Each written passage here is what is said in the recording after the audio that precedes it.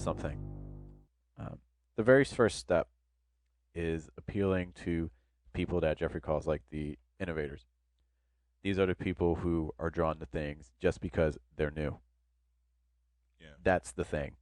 In some ways, they're willing to forgive flaws. They're willing to forgive imperfections. They're willing to forgive things. They just want to be. They want to be that person that's like, hey, have you heard about this? Like this Yeah. new thing. Like people are just drawn to the new.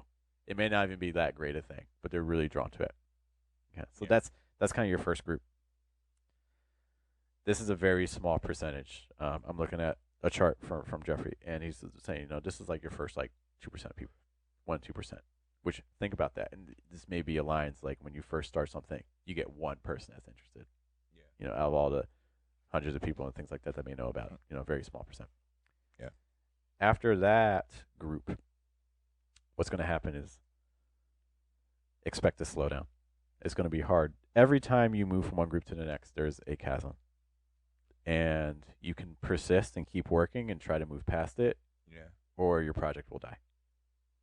That's just the end of the life for the thing. Yeah. After that, there are the early adopters, a larger group of people. The chart I'm looking at refers to about 13%, 13, 15%. Still not a great number. Yeah. But these are the people that see it. They're not like the innovators. They're a little bit less forgiving, although they're still not looking for perfection, but they're willing to still try something new if it helps solve their problem and things like that. Yeah. They're not so risk averse. They're willing to take a chance on something, even if it doesn't work out. Yeah.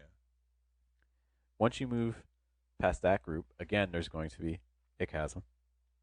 Okay, so moving from that group to the next, you can expect there's going to be some tension and some difficulty. From the next group, this is the early majority.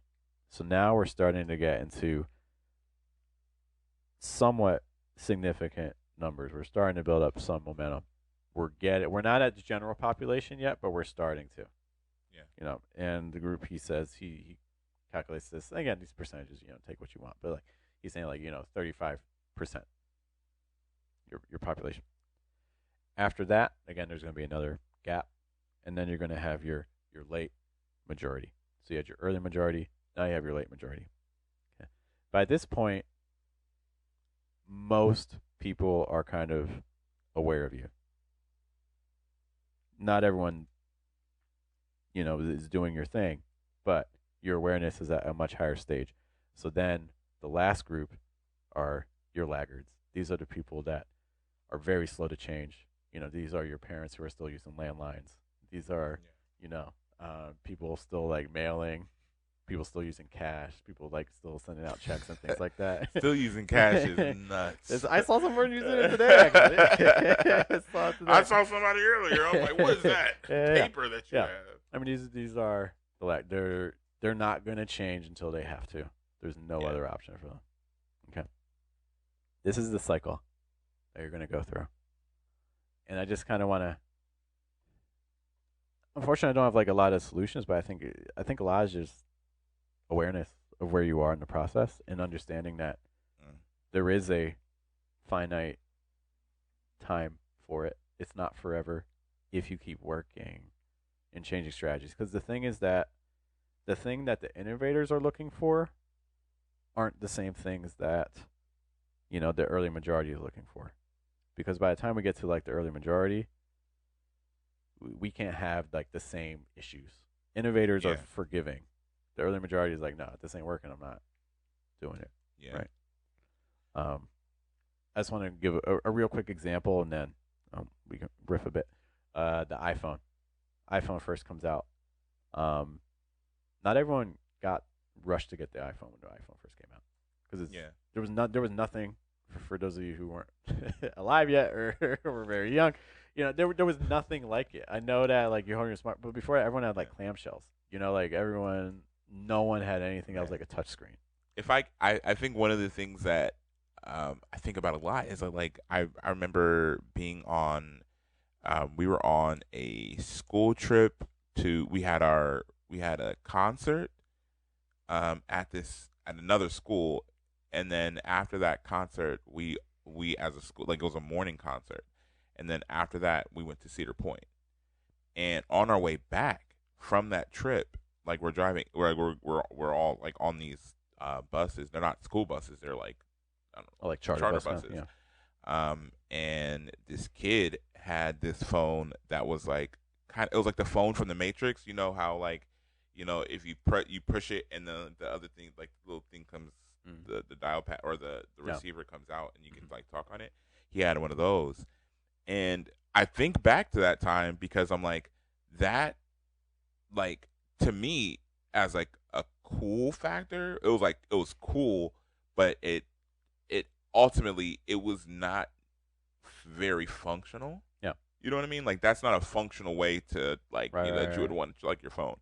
Whereas, like, the iPhone, like, the first, like, kind of touch this, like, touch screen that is like like, there's no buttons. Like, that idea is the kind of innovate, like, you don't think, like, I think, and it's really hard because it's like, now it's like everywhere. It's, you also as an entity have to innovate in a direction that creates, like, more traction than just the people that are like, oh, I'm excited because Yeah. it's new. Because, again, something like that little phone that, like, if you push it and then the receiver comes out and you can talk on it, I'm like, that is new, but it is not like, there's nothing really functional Yeah. about that. And definitely in the light of, the first iPhone is not like, it's not even comparatively functional, like, whatsoever. Yeah. Yeah. I think back to I remember when we graduated, we finished kindergarten. As a graduation present, our dad got us Sega Genesis with Sonic, Nice. and we were the first kids on the block to have the Sega. Yeah. And it's like, just like, there was like a line of kids outside our door, just like looking through, just watch us like do Sonic, like going through the rings, like the Emerald, like the first level and things like that, because it's just no one had seen it Yeah. before, you know.